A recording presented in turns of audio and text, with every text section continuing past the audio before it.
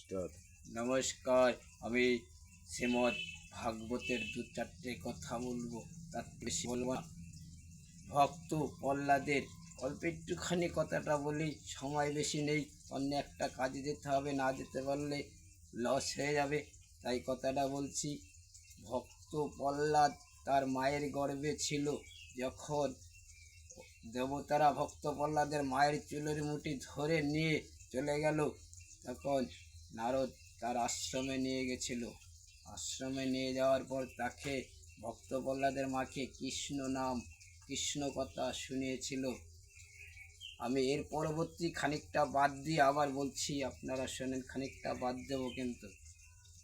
তাই ভক্ত প্রহ্লাদকে লাস্ট সময় যখন সাগরে ফেলে দেবে, হাতে পায়ে দড়ি বেঁধে, তখন ভক্ত প্রহ্লাদ মায়ের কাছে, মা বলছিল যে বাবা, তোর বাবা যা বলে তুই কথাটা মেনে নে।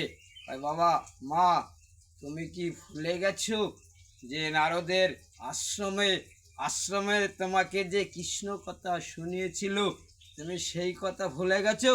তখন ভক্ত প্রহ্লাদের মার হুঁশ জ্ঞানে এসে গেল যে এ তো আমার সাধারণ ছেলে নয়, এ তো বড় ধার্মিক ছেলে। যা বাবা, তোকে আমি আশীর্বাদ করি, তুই মরবি না। তাই ভক্ত প্রহ্লাদ সাগরে ফেলে দিয়েছিল হাতে পায়ে বেঁধে। এইভাবে কৃষ্ণ নাম করতে করতে ভক্ত প্রহ্লাদ জলে ভেসে উঠেছিল। নমস্কার দর্শক বিন্দুরা, এই পৃথিবীতে যদি আসতে হয় তাহলে ভক্ত প্রহ্লাদের মায়ের মতন যদি একজন মা পায়, সেই আশীর্বাদ করবেন আপনারা।